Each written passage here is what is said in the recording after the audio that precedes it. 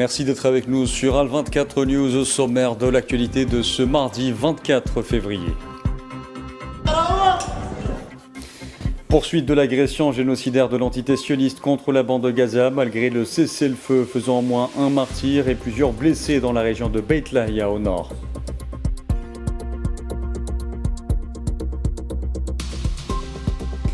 En plus des violations incessantes des forces de l'entité sioniste, les déplacés palestiniens sont confrontés à la rudesse de l'hiver. Ils ont été nombreux à se réveiller au milieu des inondations ce mardi. 61e session du Conseil des droits de l'homme à Genève. L'Algérie souligne l'importance de renforcer les mécanismes de vérité et de réparation au bénéfice des peuples africains. Le président algérien Abdelmadjid Tebboune confirme l'attachement de l'Algérie à une doctrine pragmatique dans l'établissement des ponts de coopération et de partenariat à l'occasion du double anniversaire de la création de l'UGTA et de la nationalisation des hydrocarbures. Et puis elle boucle ses 4 ans ce mardi. L'opération militaire spéciale en Ukraine se poursuit. Un conflit meurtrier qui reste sans issue. Un dossier dans ce journal.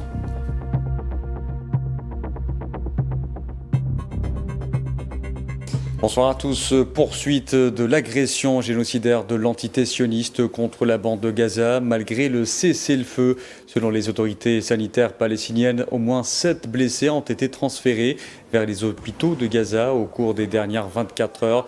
Et depuis le 7 octobre 2023, 72 073 Palestiniens sont tombés en martyrs et 171 756 ont été blessés, en majorité des femmes et des enfants.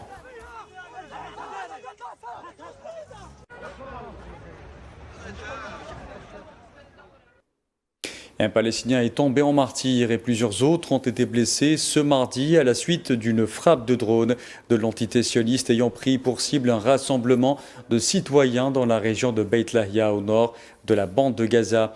Le nombre de victimes palestiniennes depuis l'entrée en vigueur du cessez-le-feu le 10 octobre à Gaza s'élève désormais à 615 martyrs et 1643 blessés.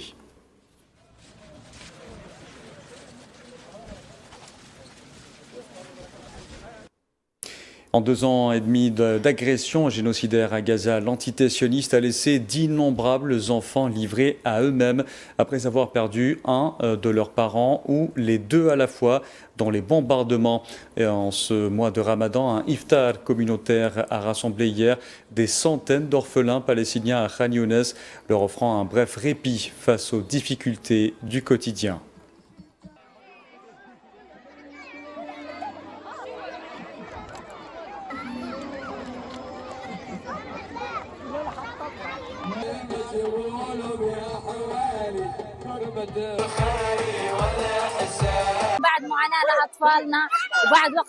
Après les souffrances endurées par nos enfants, c'est le premier Ramadan que nous passons réunis autour d'une même table depuis le cessez-le-feu. Les enfants apprécient cette ambiance, notamment au camp d'orphelins où ils sont tous réunis et partagent les mêmes épreuves. C'est un moment de joie pendant le Ramadan que de célébrer avec les enfants et leur apporter notre soutien.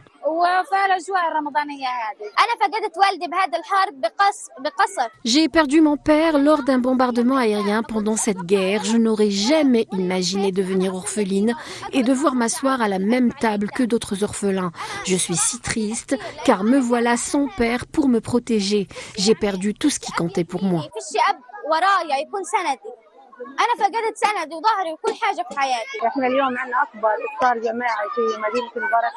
Nous avons organisé le plus grand iftar communautaire au camp d'El Baraka pour les enfants. Cet iftar a été préparé dès hier. Nous avons proposé de la nourriture, des boissons et des sucreries que les enfants ont beaucoup appréciées. Ce fut une journée formidable.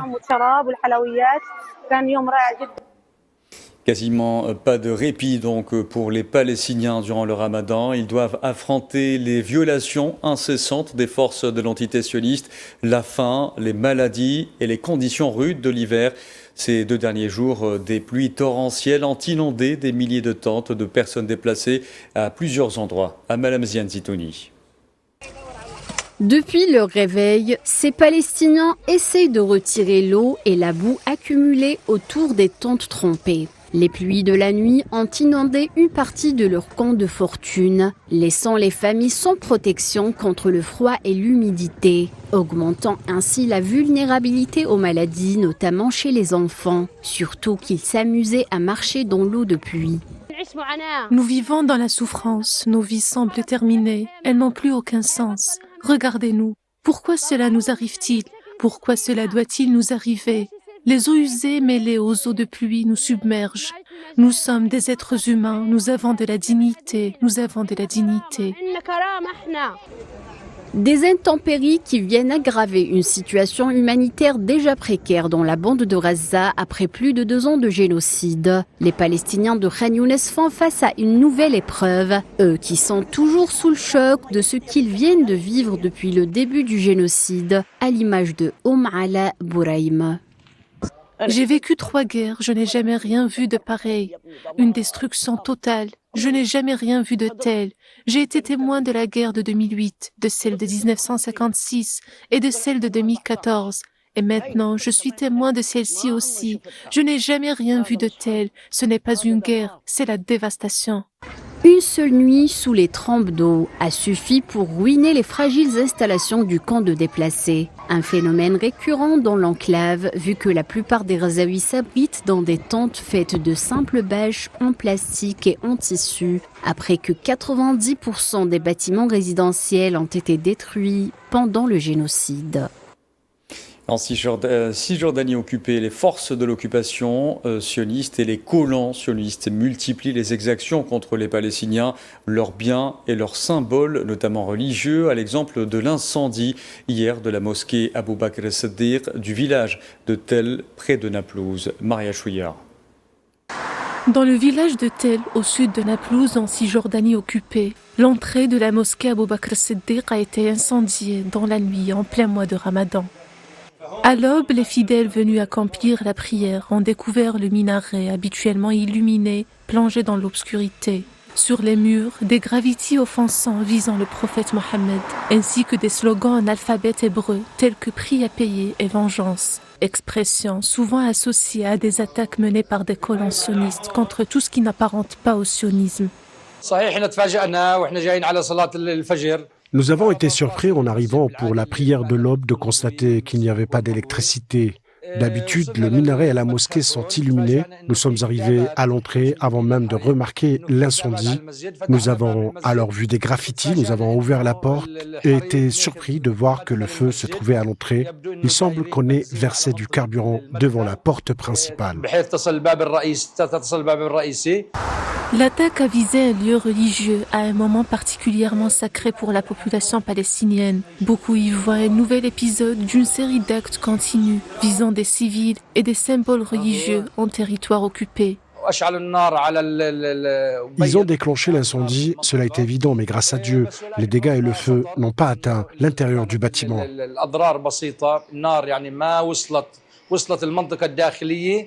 Des images de vidéosurveillance montrent 2 individus masqués s'approchant de la mosquée peu avant le départ de feu, puis prenant la fuite. Pour les habitants, il ne fait guère de doute qu'il s'agit d'une attaque menée par des sionistes. Dans un contexte marqué par la poursuite de l'occupation sioniste et la multiplication d'incidents signalés en Cisjordanie occupée, cet incendie ravive les craintes d'une aggravation de l'escalade, notamment durant le mois sacré. Dans l'actualité également, en Iran, les gardiens de la révolution ont débuté des exercices militaires le long du Golfe au moment où les États-Unis accentuent leur pression sur Téhéran. Ces manœuvres qui se concentrent sur les côtes sud et les îles adjacentes comprennent missiles, artillerie, drones, forces spéciales et véhicules blindés. Pour rappel, après avoir ordonné en juin 2025 des frappes ciblées contre des sites nucléaires en Iran, le président américain Donald Trump n'exclut pas d'utiliser de nouveau l'option militaire contre l'Iran si les pourparlers actuels sur le programme nucléaire iranien échouent.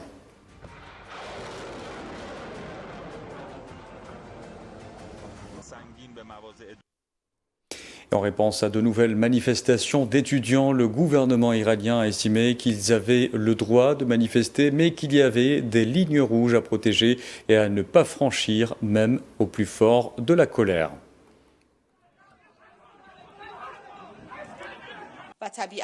Nous pensons que les étudiants universitaires sont des éléments actifs et jeunes qui ont naturellement le droit de manifester. Ils portent des blessures et ont été témoins de scènes qui peuvent les bouleverser et les mettre en colère. Cette colère est compréhensible, mais nous devons tous être conscients du devoir de respecter des lignes rouges. Les lieux sacrés et le drapeau sont deux exemples des lignes rouges à protéger et à ne pas franchir, même au plus fort de la colère.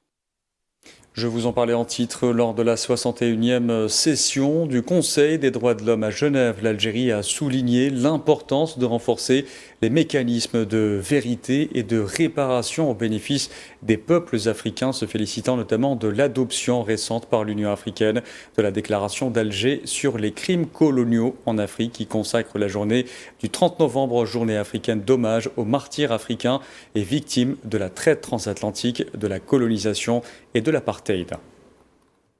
Les défis persistent et se transforment, notamment sous l'effet des déclarations. L'Algérie affirme son engagement constant illustré par l'adoption en 2020 de la loi 2005 criminalisant le discours de haine et la mise en place d'un mécanisme national de prévention. Monsieur le Président, l'Algérie se félicite de la récente adoption par l'Union africaine de la déclaration d'Alger sur les crimes coloniaux en Afrique. Cette déclaration constitue un appel conjoint des États africains à la reconnaissance des crimes liés au colonialisme, à l'apartheid et à la traite transatlantique. Elle consacre le 30 novembre comme journée africaine d'hommage aux martyrs africains et appelle les anciennes puissances coloniales à assumer pleinement leurs responsabilités historiques à travers une reconnaissance claire, explicite des injustices commises. Elle préconise également la mise en place d'une plateforme africaine de justice environnementale afin d'évaluer les préjudices et de promouvoir des réparations justes et équitables. Enfin, l'Algérie affirme sa solidarité avec les peuples vivant sous occupation étrangère, dont les droits fondamentaux continuent d'être bafoués au mépris du droit international. Je vous en parlais également en titre, chargé par le président algérien Abdelmadjid Tebboune. Le Premier ministre Sifi Ghalieb a effectué ce mardi une visite de travail et d'inspection dans la wilaya d'Oran afin de superviser la cérémonie marquant le 70e anniversaire de la création de l'Union générale des travailleurs algériens et le 55e anniversaire de la nationalisation des hydrocarbures.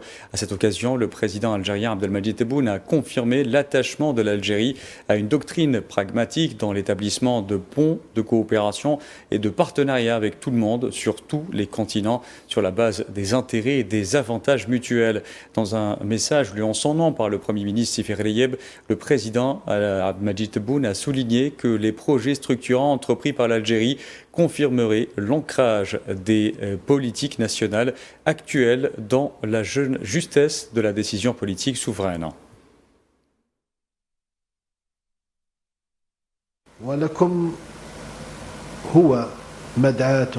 Et c'est pour vous un motif de satisfaction lorsque nous interprétons tous ensemble, au plus profond de notre patrie bien-aimée et au sein du noble peuple algérien, les sentiments d'accueil et de célébration qui se sont manifestés de la manière la plus évidente à l'occasion de l'inauguration de la ligne ferroviaire Ouest, qui, avec d'autres projets structurants, à l'échelle locale et nationale, la confirmation que les politiques nationales actuelles sont fondées sur des critères de pertinence et de réalisme et sur la justesse de la décision politique souveraine. Une orientation qui exprime la doctrine de la nouvelle Algérie victorieuse, une idéologie étroitement liée à la référence de novembre et à l'héritage de la révolution de libération bénie.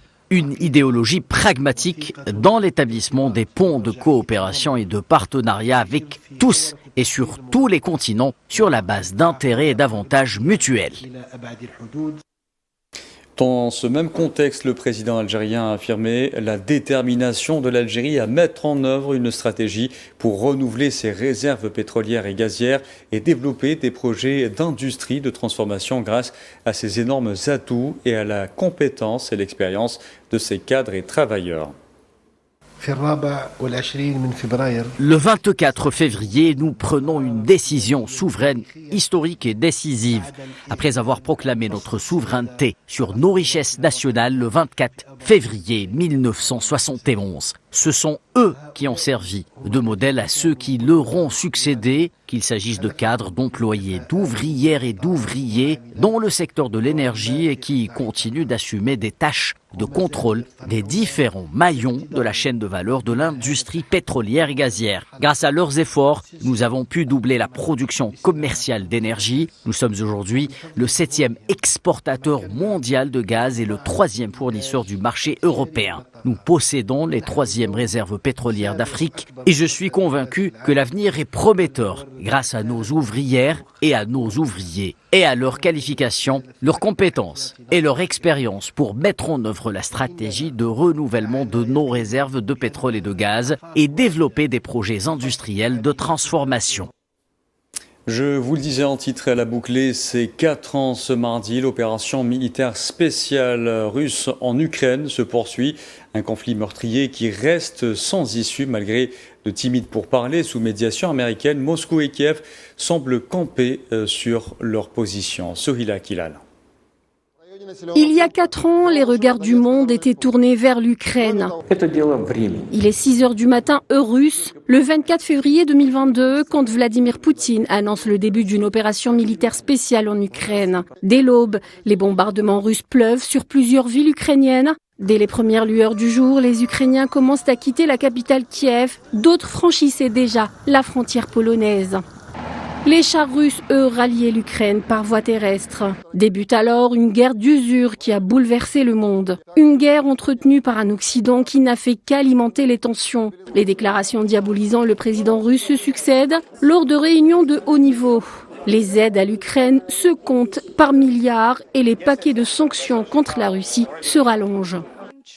Il est clair que les dirigeants occidentaux, avec la complicité de l'OTAN, avaient et ont toujours pour but de faire durer le conflit russo-ukrainien. Objectif, mettre à mal l'économie russe et isoler Poutine sur la scène internationale en imposant des sanctions notamment concernant le pétrole et le blé russe. Un entêtement qui a fait vaciller l'économie mondiale. Cette dernière a connu un bouleversement jamais atteint auparavant, avec une inflation mondiale historique. Forte de sa position, la Russie a su résister à l'acharnement de l'Occident qui a essuyé un revers lors de la rencontre Trump-Poutine en Alaska en août 2025, sans que les dirigeants européens ne soient conviés. Les nombreux pourparlers de paix entre l'Ukraine et la Russie restent à ce jour sans résultat. Les derniers en date ont eu lieu il y a quelques jours à Genève en présence de négociateurs américains. Le nœud reste le même, les objectifs paraissent incompatibles. Moscou reste intransigeante sur la neutralité de l'Ukraine, le renoncement à l'adhésion à l'OTAN et sur les questions territoriales. Kiev, quant à elle, refuse pour le moment toute solution de paix qui mettrait un terme à cette guerre qui boucle sa 4e année. Et pour évoquer ce conflit, nous avons en direct avec nous Karine Bécher, docteur en droit public, politologue spécialiste de la Russie. Bonsoir. Bonsoir. Alors Karine Bécher, 4 ans après, où en est l'opération militaire spéciale russe en Ukraine ? Il me semble qu'au bout de 4 ans, en fait, certaines illusions sont tombées. Tout d'abord, il est clair qu'il n'y a aucune volonté réelle de terminer ce conflit par la négociation et par la voie diplomatique. Et je ne parle pas de la volonté ukrainienne, puisque l'Ukraine est le champ de bataille, elle n'est pas le sujet, elle est l'objet des négociations. Donc, voyons bien que chez les atlantistes, que ce soit les Américains ou les Européens, mais chacun à sa manière, il n'y a pas en tout cas de volonté de terminer ce conflit par la négociation. La deuxième conclusion à laquelle on arrive, c'est une certaine perte des illusions qui sont persistantes en Russie, puisque dès le début du lancement de l'opération militaire spéciale, la Russie a toujours tendu la main et maintenant on entend des discours un peu plus retenus disant que de toute façon il n'y a plus d'illusions. On comprend bien que la volonté des Occidentaux reste toujours d'obtenir une victoire stratégique sur la Russie. Et puisque vous en parlez, Karine Bécher, pour le Kremlin, les objectifs russes en Ukraine ne sont pas encore atteints. Quels sont ces objectifs ? Alors ces objectifs effectivement ne sont pas atteints, sinon la victoire serait déjà là, mais il s'agit avant tout d'une neutralité de l'Ukraine, hein, c'est-à-dire justement le fait que l'Ukraine ne doit plus présenter pour la Russie un danger militaire, ce qui a été le cas à chaque fois en fait que historiquement, puisque rappelons quand même que l'Ukraine fait partie de la Russie depuis un millénaire, 3 fois elle est sortie de l'État russe, hein, après la chute de l'Empire, lors de l'occupation nazie, et la 3e fois lors de la chute de l'URSS, et à chaque fois l'Ukraine a été utilisée comme une arme contre la Russie. Ça rejoint donc la démilitarisation de l'Ukraine, c'est-à-dire que l'Ukraine ne doit faire partie d'aucun bloc militaire et l'Ukraine ne doit pas avoir une armée suffisante pour pouvoir agresser. Le 3e point essentiel est celui de la dénazification, puisque nous voyons qu'effectivement, à chaque fois que l'Ukraine donc a été en tout cas autonomisée par l'Occident de la Russie, elle a été renforcée dans une dimension faussement nationaliste, c'est-à-dire en fait anti-russe. Il s'agit donc, lorsqu'on parle de dénazification, d'un changement du régime politique à l'intérieur de l'Ukraine. Est-ce que ces objectifs peuvent être atteints par des négociations? C'est à en douter, parce que cela reviendrait en fait à l'Occident à reconnaître sa défaite. Karine Bécher, selon les dernières données, les avancées russes de la 4e année de ce conflit donc, ont dépassé celles des 24 mois précédents. Quel est votre commentaire là-dessus ? Il y a effectivement une accélération relative du rythme de l'avancée de l'armée russe, relative puisque le rythme en lui-même est assez lent, pour la simple et bonne raison que la Russie considère, et à juste titre, la terre ukrainienne, plus les Ukrainiens qui y habitent, comme sa terre historique, le monde russe, et des Russes qui y habitent. Donc évidemment, ça serait plus facile d'utiliser à la méthode américaine lorsqu'entre guillemets ils libèrent par la force des pays qui n'ont rien demandé, c'est-à-dire en les rasant. Ça n'est pas le but de la Russie, puisque pour la Russie ce n'est pas une terre étrangère, ce ne sont pas des étrangers, ce sont ses concitoyens, ses compatriotes qui y sont. Donc forcément cela oblige à des avancées beaucoup plus prudentes, à des avancées beaucoup plus lentes, d'autant plus que le but de la Russie est aussi justement de faire comprendre, d'une part à l'Occident, d'autre part d'épuiser l'armée, je ne dirais pas ukrainienne puisque celle-ci a été épuisée à la fin 2022, mais en tout cas les armées européennes et américaines qui fournissent le front, et nous voyons qu'effectivement de sérieux problèmes en matière militaire, en matière économique, en matière sociale, donc politique, se déroulent en Occident, et ça en revanche c'est un acquis réel de l'opération militaire spéciale, de faire tomber le masque des gouvernements qui sont en place en Occident, puisque le régime en Ukraine ne pourra changer que lorsque réellement ces élites globalistes, elles aussi, seront tombées en Occident. Il y a aussi, Karine Bécher, en 4 ans donc, de conflit, de multiples trains de sanctions adoptés à l'encontre de la Russie. Les Européens prévoient d'en annoncer de nouveaux.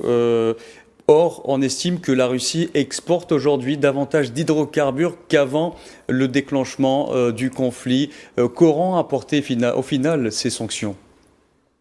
Tout d'abord, en ce qui concerne le déclenchement du conflit, le conflit ne s'est pas déclenché en 2022, puisque 2022 a été le lancement de l'opération militaire spéciale par la Russie en réponse au conflit qui était déjà en place en Ukraine, en tout cas dans une phase militaire depuis 2014, et qui a été déclenché par l'agression des pays de l'OTAN sur le territoire ukrainien.